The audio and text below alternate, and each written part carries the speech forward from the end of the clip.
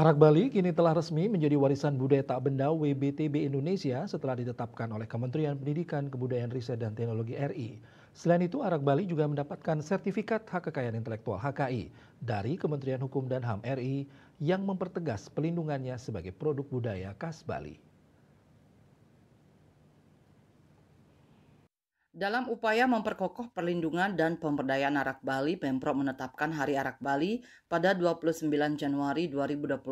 Penetapan ini sesuai dengan surat keputusan Gubernur Bali nomor 929-03-I-HK-2022 sebagai bentuk penghormatan terhadap Pergub Bali nomor 1 tahun 2020 tentang tata kelola minuman fermentasi dan atau destilasi khas Bali.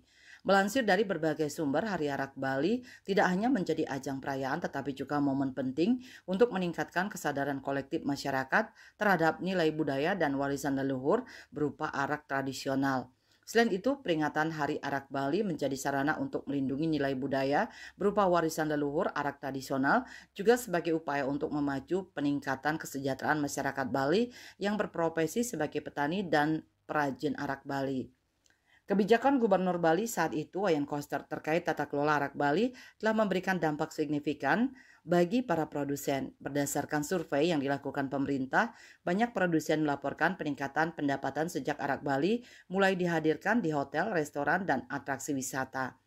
Hal ini menunjukkan sektor pariwisata di Bali kini mendapat dukungan nyata dari sektor UMKM, IKM, menciptakan sinergi yang kuat antara industri wisata dan ekonomi masyarakat lokal. Cahya Dwi Payanti, Bali Pos.